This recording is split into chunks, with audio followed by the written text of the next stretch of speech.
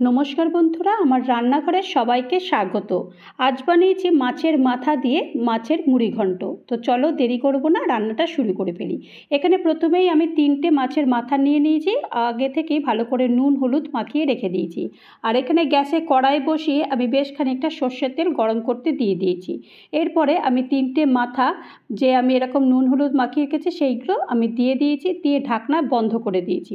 ঢাকনা খুলে দিয়েছি, দিয়ে তারপরে একটুখানি মাছগুলো একবার উল্টে পাল্টে দেবো, কারণ এই নিচের পিঠটা তো বেশ ভাজা হয়ে গেছে। এবার উল্টো পিঠটাও দেবো, উল্টো পিঠটা দিয়ে তারপরে মাছের মাথাগুলো একটু ভালো করে ভেজে নেবো।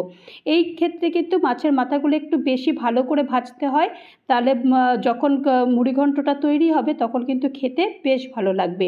তো মাছের মাথাগুলো ভাজা হয়ে গেছে, মাছের মাথাগুলো সব এখন তুলে নিচ্ছি। ওই তেলেতেই আমি এখানে একটা আলু ডুমো ডুমো করে কেটেছি, সেই আলুগুলো দিয়ে দেবো, একদম ছোট ছোট সাইজের মতো সেগুলো কেটেছি, সেইগুলো দিয়ে দিয়েছি। আর সামান্য পরিমাণ নুন দিয়েছি আর সামান্য হলুদ দিয়েছি, দিয়ে তারপরে এই আলুগুলোকেও বেশ ভালো করে ভেজে নেব। আলুগুলো ভালো করে ভাজা থাকলে তাহলে কিন্তু রান্নাটা খুব একটা দেরি হয় না, রান্নাটাও কিন্তু খুব তাড়াতাড়ি হয়ে যায় আর কি, আলুটা খুব তাড়াতাড়ি সেদ্ধ হয়ে যায়। আলুটা আমি ভালো করে ভেজে নিয়েছি, এখন আলুগুলো সব এখন তুলে নিচ্ছি। আলুগুলো সব দেখো তোলা হয়ে গেছে। এখন ওই তেলেতেই বাকি রান্নাটা করব। তার আগে বলে দিই যে এখানে আমি আগে থেকেই আমি 2 চামচ মতো, মানে 2 টেবিল চামচ মতো আমি এখানে গোবিন্দভোগের চাল আগে থেকে একটু জলে ভিজিয়ে রেখে দিয়েছিলাম, এই আধ ঘন্টা মতো ভিজিয়ে রেখে দিয়েছিলাম। এই চালগুলোই এখন একটু শোক হয়ে গেছে, এখন এই চালগুলোই আমি এখন ভেজে নেব, ওই তেলেতেই ভেজে নেব। তবে এই ক্ষেত্রে কিন্তু নুন বা হলুদ কিছুই দেব না, যেহেতু তেলের মধ্যে নুন তেল রয়েছে, সেই কারণে আমি এর মধ্যে আর কিছু নুন হলুদ কিছুই দেব না। আর এক্ষেত্রে একটা কথা বলি, চালগুলো একটু ভালো করে ভেজে নিলে তাহলে কিন্তু যে পোলাওটা তৈরি হবে সেই পোলাওটা কিন্তু বেশ ভালো একদম ঝরঝরে হবে। এখন চালগুলো সব ভাজা হয়ে গেছে, এখন চাল ভাজাগুলো সব আমি এখন তুলে নিচ্ছি।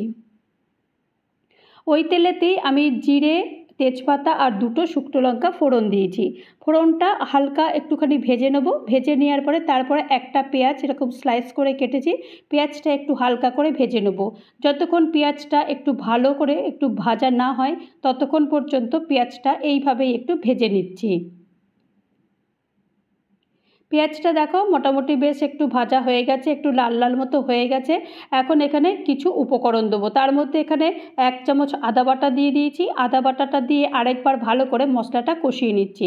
এরপর 1 চামচ জিরের গুঁড়ো দিয়েছি, 1 চামচ লাল লঙ্কার গুঁড়ো দিয়েছি আর 1 চামচ কাশ্মীরি লাল লঙ্কার গুঁড়ো দিয়েছি আর সামান্য একটু জল দিয়েছি, কারণ সবগুলোই তো গুঁড়ো মশলা, একটু জল দিলে মশলাটা বেশ ভালো করে কষানো যায়। তো এই ক্ষেত্রে ভালো করে মশলাটা এইভাবেই আমি একটুখানি কষিয়ে নিয়েছি। কষিয়ে নেওয়ার পরে তারপরে ভেজে রাখা আলু, ভেজে রাখা চাল, এগুলো সব কিছু ভালো করে এগুলো দিয়ে দিয়েছি, দিয়ে আরেকবার ভালো করে এগুলো মিশিয়ে দেবো। মিশিয়ে দেওয়ার পরে তারপরে আর কিছুই নেই, এবার একটু পরিমাণ মতো আমি এখানে জলটা ঢেলে দেবো। জলটা কিন্তু তোমরা তোমাদের পরিমাণ অনুযায়ী দেবে, যতটা চাল দেবে ততটা পরিমাণ অনুযায়ী জল দেবে। আমি এখানে 2 চামচ মতো চাল নিয়েছি, বেশি চাল নিইনি, সেই কারণে আমি অল্প জল দিয়েছি। তোমরা তোমাদের চালের পরিমাণ দেখে তোমরা জলটা দিও। তো এখন জলটা দিয়ে দিয়েছি আর স্বাদ মতো নুন দিয়ে দিয়েছি, আগে আমি হলুদ দিইনি, এখন হলুদটা দিয়ে দিয়েছি, দিয়ে তারপরে ভালো করে আরেকবার একটু নাড়িয়ে দিচ্ছি। এখন আমি এখানে একটু নাড়িয়ে দেওয়ার পর তারপরে যে ফুটে গেছে, ফুটে যাওয়ার পরে তারপরে মাছের মাথাগুলো যে ভেজে রেখেছিলাম সেই মাছের মাথাগুলো এগুলো ভেঙে ভেঙে দিয়ে দেবো। মাছের মাথাগুলো ভেঙে দিলে কি হবে, তাহলে মাছের মাথার মধ্যে সমস্ত মশলা ঢুকে যাবে আর খেতে কিন্তু বেশ ভালো হবে। তো এখন এইভাবেই এরকম মাছের মাথাগুলো সব আমি দিয়ে দিয়েছি, দিয়ে দেওয়ার পরে তারপরে আমি এটাকে ঢাকনা বন্ধ করে দেবো, এই যতক্ষণ পর্যন্ত না চালটা ভালোভাবে সেদ্ধ হয়।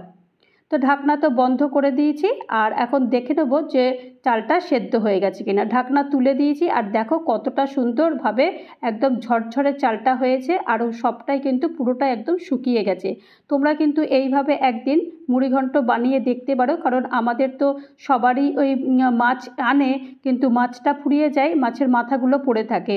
মাছের মাথাগুলো তখন দিয়ে কি করব মানে ভেবে পাই না, তো তখন তোমরা এইভাবে মাছের মুড়িঘণ্ট বানিয়ে নিতে পারো। মাছের মুড়িঘণ্ট কিন্তু আমাদের বাঙালিদের কিন্তু সবারই কিন্তু ভীষণই ভালো লাগে। তো দেখো কতটা তাড়াতাড়ি কতটা সুন্দরভাবে এই মাছের মাথা দিয়ে মুড়িঘণ্টটা তৈরি হয়ে গেল। আর সব শেষে আমি এখানে একটু ঘি দিয়েছি, 1 চামচ ঘি দিয়ে দিয়েছি, আর 1/2 চামচ গরম মশলার গুঁড়ো দিয়েছি, আর সব শেষে একটু পরিমাণ মতো 1/2 চামচ মতো চিনি দিয়েছি। চিনিটা না দিলে কিন্তু সব খাবারের ব্যালেন্সটা একদম ঠিক থাকে না, তো চিনিটা দিলে সবটা আর কি পরিপূর্ণ হবে। এখন আরেকবার ভালো করে এটা নেড়েচেড়ে দিয়েছি, নেড়েচেড়ে দেওয়ার পরে চলো এটাকে ঠান্ডা হয়ে যাওয়ার পরে তারপরে এটাকে একটুখানি সার্ভ করে দেখাবো যে শেষমেশ রান্নাটা কেমন হলো। তো আমি তো একটা বোলের মধ্যে এটা সার্ভ করে দিয়েছি, আশা করি তোমাদের ভালো লেগেছে আর খুবই তাড়াতাড়ি হয়ে গেছে। আর বাড়িতে যদি তোমাদের মাছ শেষ হয়ে যায় অথচ মাথাগুলো পড়ে থাকে, এইভাবে তোমরা মুড়িঘণ্ট বানাতে পারো। তো তৈরি হয়ে গেল আমার মাছের মুড়িঘণ্ট। এই মাছের মুড়িঘণ্ট রেসিপি যদি তোমাদের কারোর ভালো লাগে তাহলে অবশ্যই একটা লাইক করো, কমেন্ট করো, পারলে আমার চ্যানেলটা সাবস্ক্রাইব করে আমার পাশে থেকো। আর যারা নতুন বন্ধু হয়ে আমার চ্যানেলে ভিজিট করেছো তাদেরকে অজস্র ধন্যবাদ। আর যারা এখনও পর্যন্ত আমার চ্যানেলটা সাবস্ক্রাইব করোনি তাদেরকে অনুরোধ করব চ্যানেলটা সাবস্ক্রাইব করতে। আবারও নতুন কোনো একটা ভিডিও নিয়ে তোমাদের মাঝে চলে আসবো। ততক্ষণের জন্য সবাই ভালো থেকো, সুস্থ থেকো। নমস্কার।